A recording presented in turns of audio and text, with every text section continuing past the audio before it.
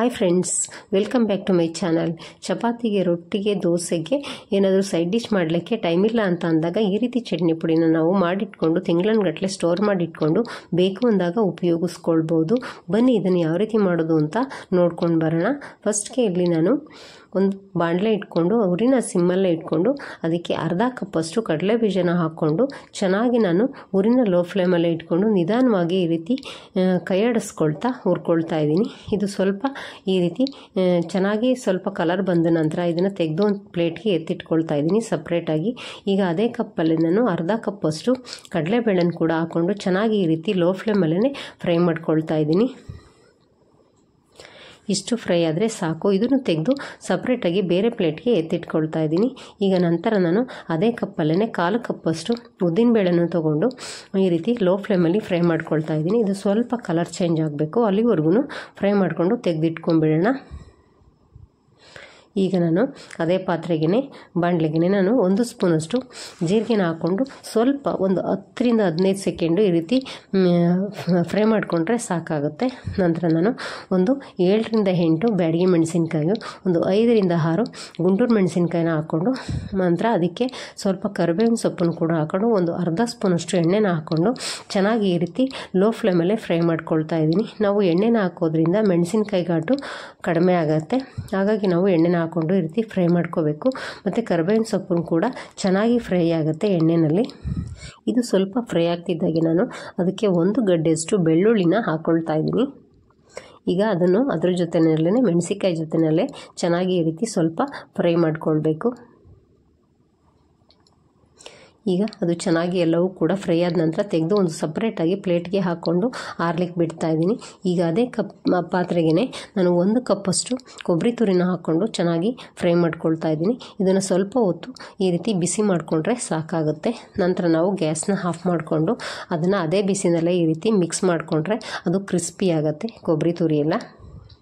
ಇಷ್ಟಾದರೆ ಸಾಕು. ಇದನ್ನು ತೆಗೆದು ಆರಲಿಕ್ಕೆ ಬಿಟ್ಬಿಡೋಣ ತಣ್ಣಗಾಗಲಿಕ್ಕೆ.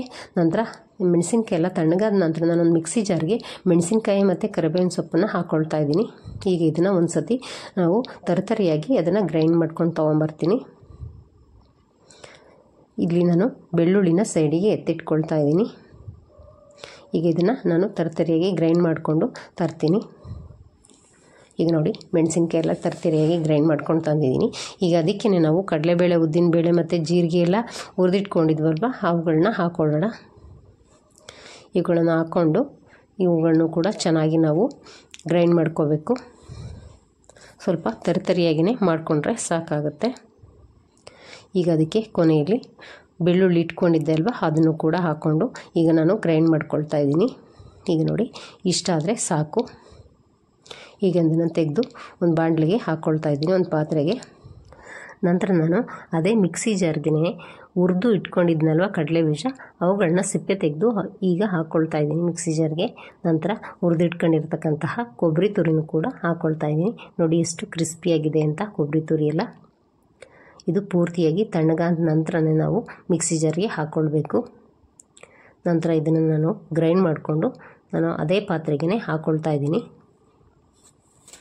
ಈಗ ಇದನ್ನು ಪೂರ್ತಿಯಾಗಿ ಹಾಕಿದ ನಂತರ ಚೆನ್ನಾಗಿ ನಾವು ಒಂದು ಸತಿ ಮಿಕ್ಸ್ ಮಾಡಿಕೊಳ್ಬೇಕು. ಅದಕ್ಕೆ ರುಚಿಗೆ ತಕ್ಕಷ್ಟು ಉಪ್ಪನ್ನು ಕೂಡ ಹಾಕ್ಕೊಳ್ತಾ ಇದ್ದೀನಿ. ಉಪ್ಪನ್ನೆಲ್ಲ ಹಾಕಿದ ನಂತರ ಚೆನ್ನಾಗಿ ನಾವು ಮಿಕ್ಸ್ ಮಾಡ್ಕೊಳ್ಬೇಕಾಗತ್ತೆ. ಈ ರೀತಿ ಸ್ಪೂನಿಂದ ಮಿಕ್ಸ್ ಮಾಡ್ಕೊಳ್ಳೋಕ್ಕೆ ಅದು ಉಂಡೆ ಎಲ್ಲ ಕೊಬ್ಬರಿ ಮತ್ತು ಕಡಲೆ ಬೀಜ ಉಂಡೆ ಆಗಿದೆ ಅಲ್ವಾ, ಅದು ಹೋಗೋದಿಲ್ಲ. ಹಾಗಾಗಿ ನಾನು ಕೈಯಿಂದನೇ ಈ ರೀತಿ ಚೆನ್ನಾಗಿ ಇಸುಕಿ ಉಂಡೆನೆಲ್ಲ ತೆಗಿತಾ ಇದ್ದೀನಿ. ಎಲ್ಲವೂ ಕೂಡ ಚೆನ್ನಾಗಿ ಮಿಕ್ಸ್ ಆಗಬೇಕು. ನಂತರ ಅದೇ ಮಿಕ್ಸಿ ಜಾರ್ಗೆ ನಾನು ಅರ್ಧ ಕಪ್ಪಷ್ಟು ಕಡಲೆನ ಹಾಕ್ಕೊಂಡು ಅದನ್ನು ಕೂಡ ಗ್ರೈಂಡ್ ಮಾಡಿಕೊಂಡು ಪೌಡರ್ನ ಮಾಡಿ ಇದೇ ಪಾತ್ರೆಗೆ ಹಾಕ್ಕೊಳ್ತಾ ಇದ್ದೀನಿ. ಇದನ್ನು ಹಾಕಿದ ನಂತರ ನಾವು ಚೆನ್ನಾಗಿ ಅದನ್ನು ಮಿಕ್ಸ್ ಮಾಡಿಕೊಳ್ಬೇಕು ಈ ರೀತಿಯಾಗಿ.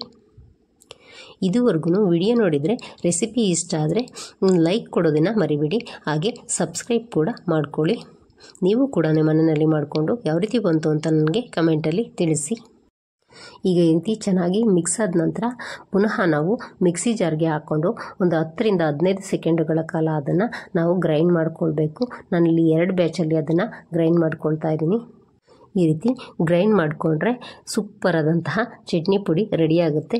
ಇದನ್ನು ಒಂದು ಏರ್ ಟೈಟ್ ಕಂಟೈನರ್ನಲ್ಲಿ ಹಾಕಿಟ್ಕೊಂಡ್ರೆ ಇದನ್ನು ತಿಂಗಳಾನುಗಟ್ಟಲೆ ನಾವು ಸ್ಟೋರ್ ಮಾಡಿಕೊಂಡು ನಮಗೆ ಬೇಕು ಅಂತ ಅಂದಾಗ ನಾವು ಮೊಸರು ಜೊತೆ ಅಥವಾ ತುಪ್ಪದ ಜೊತೆ ರೊಟ್ಟಿಗೆ, ದೋಸೆಗೆ ಮತ್ತು ಚಪಾತಿ ಕೂಡ ಹಾಕ್ಕೊಂಡು ತಿನ್ಬೋದು.